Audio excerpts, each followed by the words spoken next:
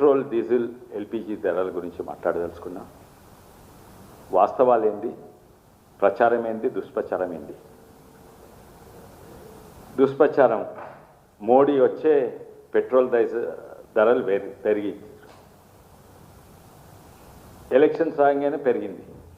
Election ముందే చెప్పిండ్రు యుద్ధం కొనసాగితే తప్పని సరిగా పెంచే పరిస్థితులు వస్తాయని.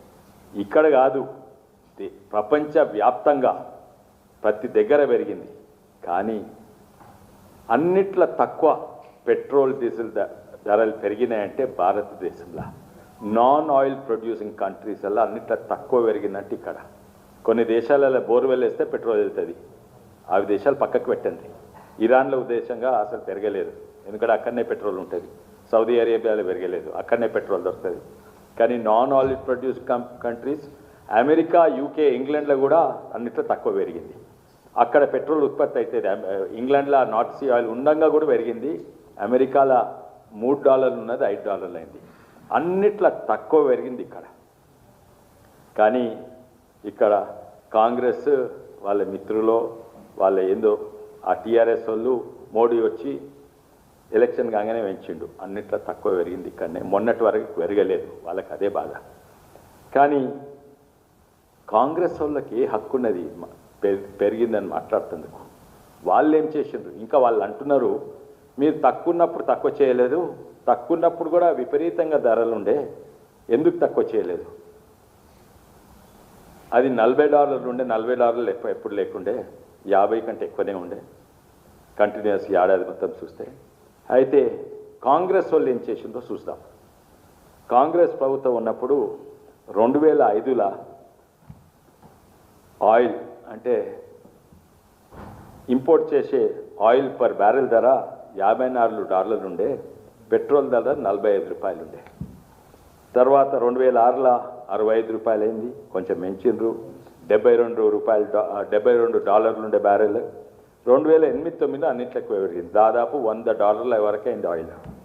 అయినా కూడా వాళ్ళది ఓన్లీ ₹50 పెట్రోల్ ఉండే.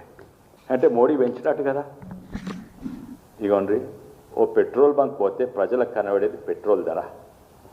కానీ ప్రజలకు కనబడకుండా దేశానికి, భారతీయుల అందరినీ కూడా ద్రోహం చేసింది కాంగ్రెస్ పార్టీ.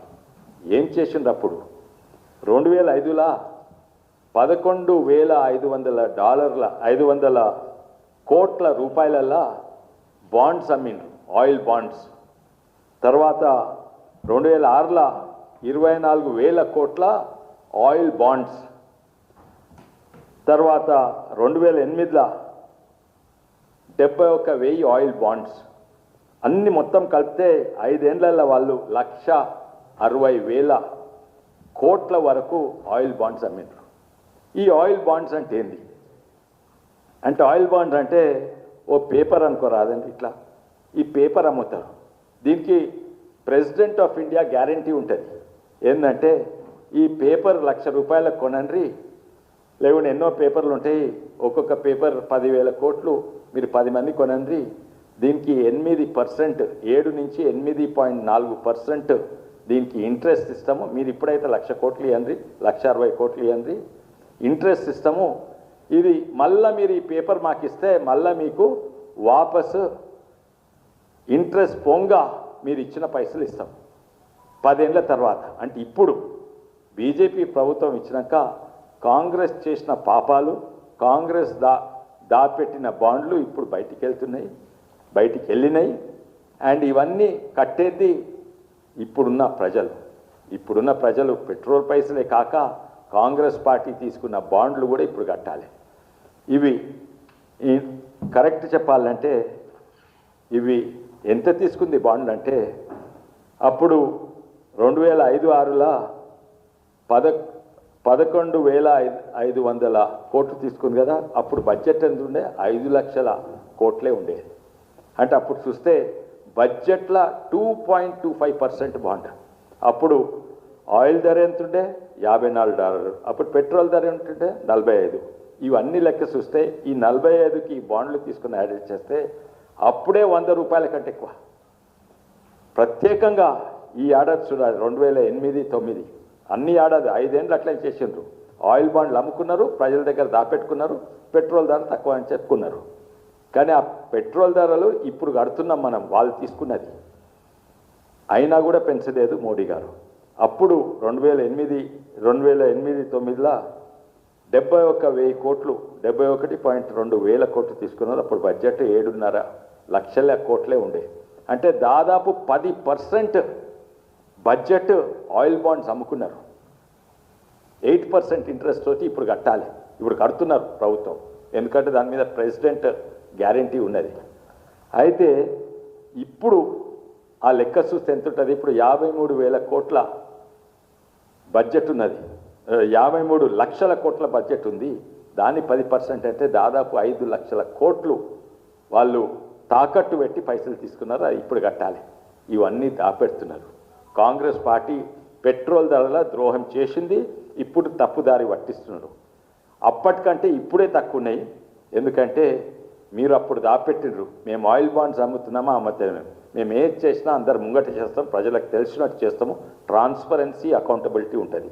ఆడ అకౌంటబిలిటీ లేదు, ట్రాన్స్పరెన్సీ లేదు, దాపెట్టిండ్రు. ఇప్పుడు తెలుస్తున్నది. ఇప్పుడు మీరు ఎంత పెట్రోల్ ధర అంటే ఆడ బోర్డు ఎంతుందో అంతే, మీ దగ్గర ఏం దాపెడతలేము. మీ దగ్గర 1,00,000 కోట్లు దాపెడతలేము, 5 లక్షల కోట్లు దాపెడతలేము, ఏమి ఆయిల్ బాండ్స్ అమ్ముతలేము. మీరు చేసిన పాపాలు ఇప్పుడు ప్రజలు కడుతున్నారు.